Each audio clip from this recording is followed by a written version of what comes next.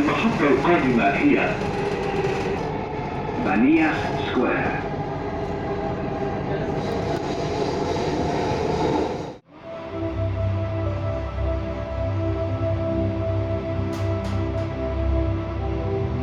Doors opening. الأبواب تفتح. Two trains. Hey, what is up? Floyd here, your Boholano.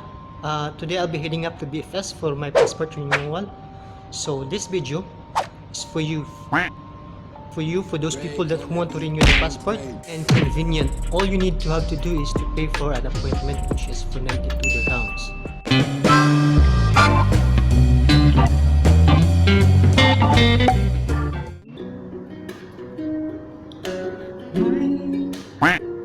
Sama ka na tayo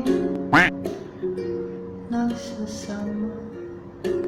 Uy, mag-review na diha para kailangan ng BFS ni mo. What's a good? Itar na ko. Para i-process na yun yung passport ba? Expire number, what may visa. Pag-review na diha.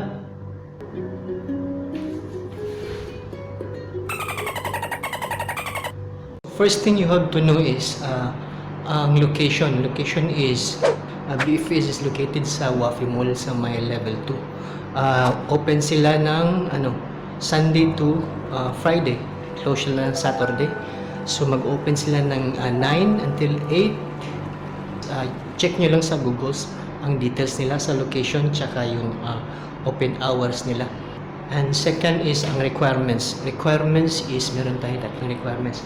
First is ang original passport, e-form which is pilapan mo sa online, at saka yung photocopy ng iyong passport page, tsaka yung visa page. So this is how you fill up the form. So this is how you fill up your electronic form.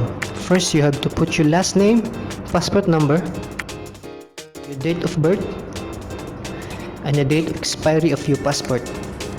Once you finish the details, you have to click the next button.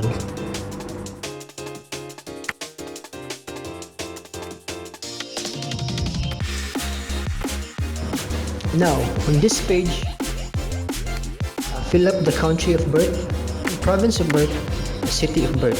There's a questions at the bottom. Once you finish the answer, click the next button.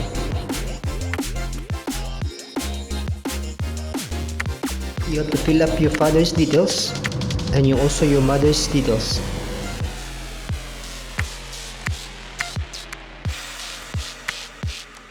Next, your mobile number, your email address, and your address you're staying here in UAE.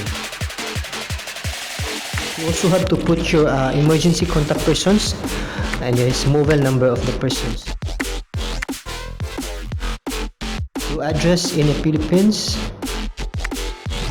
your street, province, city. And click next. Now on this page, you have to check your details. Once everything is okay, you have to click submit. Now you can download your form and check your details. Once you finish to check the details, you can print and then sign the form. So ang payments is ang payments sa processing is 240. So babayaran lang po natin yung extra payment para sa appointment, which is easy and convenient, which is 92, at saka merong optional na 8 dirham para anytime na ma-process na yung passport law, meron silang SMS na matatanggap mo na pwede mo nang ma-claim yung passport mo. Mga babae po nga gustong pumunta magpaparenew, dapat po iwasan nilang maglagay ng maraming makeup, tsaka earrings. Tsaka sinasabi po doon is bawal ang pula ang mata. At tsaka may tigyawat. Sa mga hindi pa naka-fill up ng form, meron tayong computer na magagamit doon. pwede din doon na doon ka mag fill up ng. So ang alam natin is ang BPS is pwede doon mag-walk-in. Since ngayon is lockdown tsaka dahil sa pandemic nga, so dapat na mag-book ka ng appointment, which is mag-send ka lang ng email sa ilang email address. Ilalagay ko sa description. Tapos magre-reply sila within like 24 to 48 days. Sa akin, after 2 days nag-response. But tapos nagbigay sila ng schedule, which is and then the next day nibigay sila ng schedule tsaka yung time. So para pagpunta mo doon, may list sa mga taong sino lang pwede pumasok sa loob kasi nga social distancing measures. Ang process is madali lang, like within 30 minutes, 30 to 40 minutes lang. Mas madali lang siya. Easy, convenient. Pagdating mo doon, i-assess ka na nila. Sila ang lalapit sa'yo. Mag-aantay ka lang. I will just put a link in the description kung saan ka makakapag-search, saan ka pwede mag-fill up ng form, at saka saan ka pwede mag-email sila to fix for an appointment. Ilalagay ko lang sa description. So yun nga, for safety measures, kailangan ka lang na magmamask.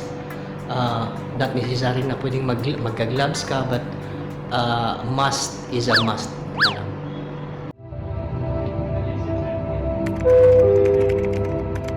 الأبواب تغلق. Doors closing.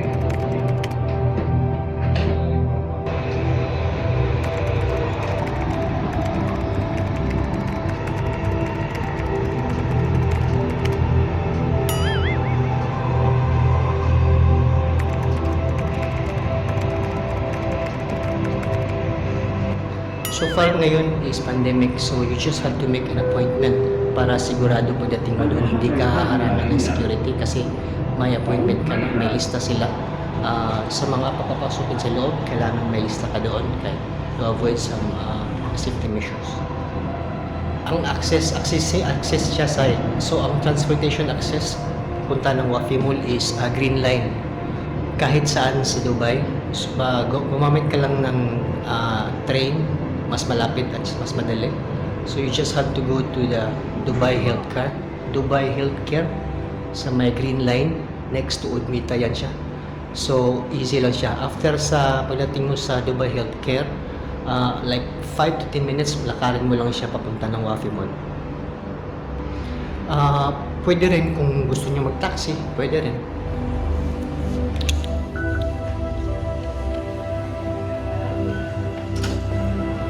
Access is easy if you are staying somewhere in Sharjah. You just have to go to Sahara. From Sahara, you have to take bus going to Stadium. You have to stay into the Green Line. From Stadium, you have to go to the Dubai Health. From Stadium to Dubai Healthcare. Access are easy if you are staying somewhere in Sharjah.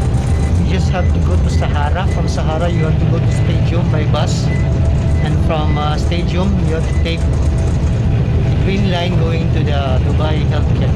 Somewhere in Dubai, you can use also taxi, but you will spend like 12 to 15 dirham.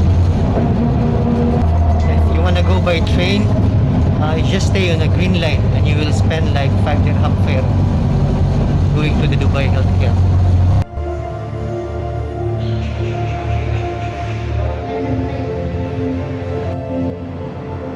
Marami na kasing gumagawa ng review dito, so I just make a short video to make an idea of how you process your passport.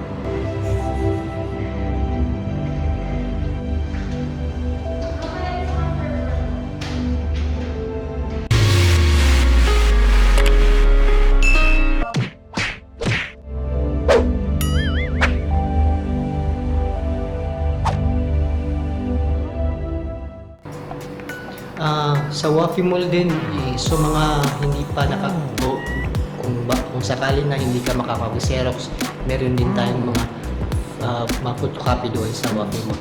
Kung suset ka lang doon sa loob, meron din mga tindahan doon na pwede kang magpapa-xerox, photocopy. Sa mga nakakalimot lang na pagpapa-photocopy. So yun lang ata, short clip, short video lang ito since marami na rin gumagawa ng review. I'll just make for myself para sa mga at least na may idea.